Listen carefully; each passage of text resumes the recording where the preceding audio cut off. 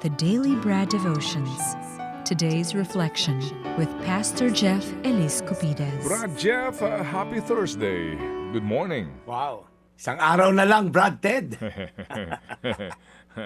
Pero, Hindi naman tayo nagmamadali. Baka sabihin nila, Yes. kumbaga hindi natin inaanamnam ang bawat sandali kasi dapat nga ganun, ano? Before mo isipin ang bukas, dapat mo nang harapin ang ngayon. Yan. Okay. alam mo, Ted, mukhang nag-usap tayo sa Bible verse na gagamitin ko ngayon. Kasi sinabi mo na yan. Na timing. Na timing. Oo. Yan. So, tingnan natin. Oo nga. Simulan ko diba? na. Huwag nating alalahanin, huwag nating Tingnan niyo po yung pakaisipin. verse ko ngayon, kababanggit lang ni Brad Ted. Hindi kami nag-uusap niya. Sa Mateo 6:34, pasok mo, Mia. Kaya nga huwag ninyong alalahanin ng bukas. Oo nga. Ang galing. Ang Di ba, galing. Brad Ted? Sakto, di ba? Sakto. Go ahead. Sabi dito, Mateo 6:34, kaya nga huwag ninyong alalahanin ng bukas, sapagkat ang bukas ang mag-aalala sa sarili niya. Sapat na ang inyong mga suliranin sa bawat araw. Alam niyo po, ito'y galing sa bibig mismo ni Jesus, ano? Alam ko po, pataas ng pataas ang presyo ng lahat ng mga bilihin, gasolina. Napansin niyo po ba kung gaano kadalas pumasok sa isip natin yung salitang, what if? Yung meron kang takot sa bukas, paano kaya?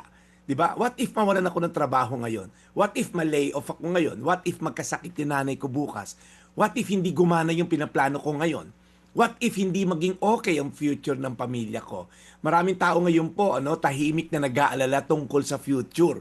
Kasi ang future, kaya po tayo natatakot, hindi natin hawak. Pero ito magandang balita. Hindi man natin alam ang bukas, kilala naman natin ang Diyos na may hawak at may kontrol ng bukas. Unang punto, lumalaki ang takot kapag gusto nating kontrolin ng bukas. Sabi ni Jesus, huwag kayong mag-alala tungkol bukas. Hindi ibig sabihin bawal ka magplano, pero may limit ang control natin. Pwede tayong maghanda. Again, excuse po, God is a God of order. Nire-require tayo ni God magplano, maghanda. Okay? Pero hindi natin kayang kontrolin lahat ng mangyayari. Ibig sabihin, kapag hindi gumana yung pinlano mo with our limited comprehension and limited wisdom, huwag tayo madidisappoint kasi baka may ibang plano si Lord. Kapag pinilit nating hawakan ang bukas, doon po nagsisimula ang anxiety. Ang worry kadalasan ang gagaling sa paghawak sa mga bagay na dapat Diyos lang ang may hawak. Pangalawa, nauna na ang Diyos sa bukas mo. Ibig sabihin, God knows the end from the beginning. Anong sabi sa Biblia? Siya ang simula at katapusan. He is the Alpha and the Omega. Ibig sabihin po, bago pa dumating ang bukas, nando na ang Diyos. Bago pa dumating ang problema, nakita na niya to. At ang isa pa magandang assurance sa Biblia, hindi raw niya tayo bibigyan ng mga trials and challenges na hindi natin kaya bitbitin. Tulad ng isang ama, hindi niya bibigyan ng challenge ang isang anak na hindi kaya sa edad niya, tama? Hindi niya pagbubuhatin ng 50 kilos na bigas yung 2-year-old na anak. So alam niya kung ano yung kaya lang.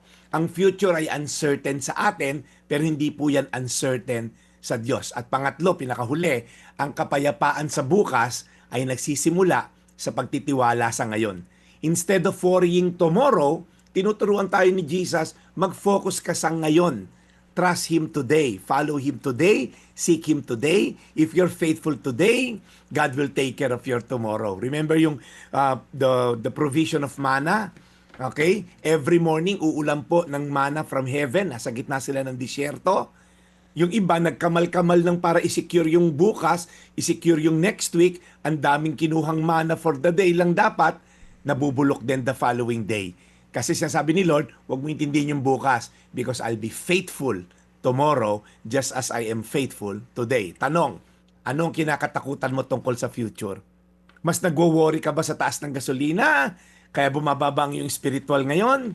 Paano mo maibibigay kay God yung takot mo tungkol sa bukas? Dahil tandaan natin, Mateo 6:34, kaya nga, huwag ninyong alalahanin ng bukas.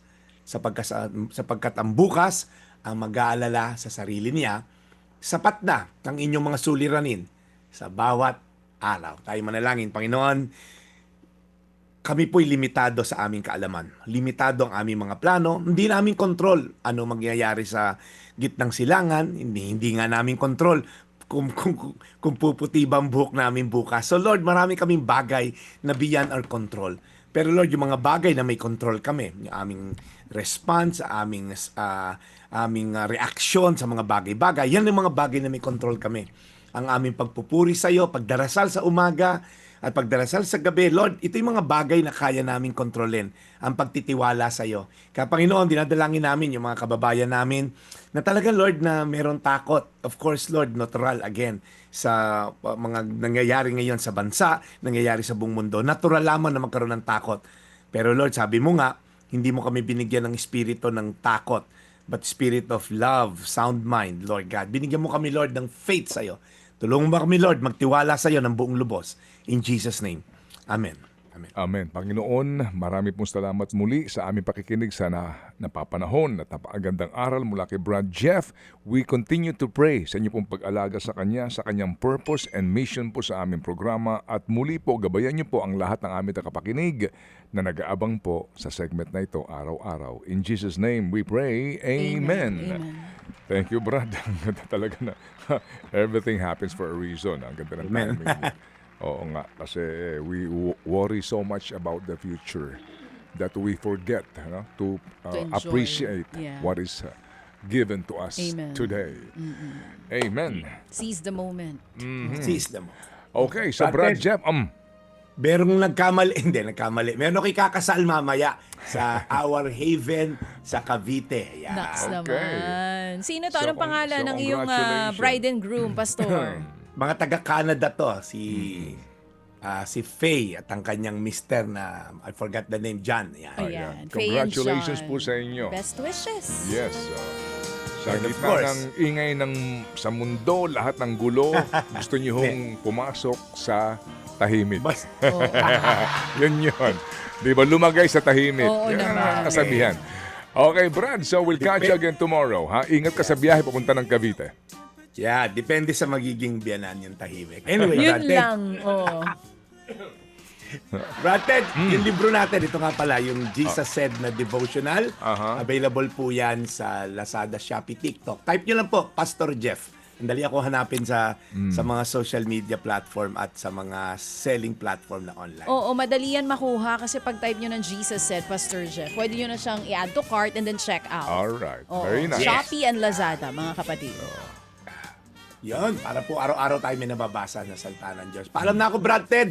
Ito po yung Daily Brad, your daily dose of inspiration. Thank you, serving the people. Brad Jeff Eliscopides sa ating The Daily Brad. Mga kapatid, para sa iba pang mga balita at impormasyon, sundan niyo po kami sa X, Instagram, Facebook at syempre sa TikTok, True Network PH. Mag-subscribe din po kayo sa aming YouTube channel, True Network. May website din po tayo, truenetwork.ph. At pwede nyo rin po kaming mapanood sa Channel 19 ng aming True FM TV. Lagi pa rin makinig sa radyo dito po sa 105.9 True FM dahil dito, laging true sa'yo.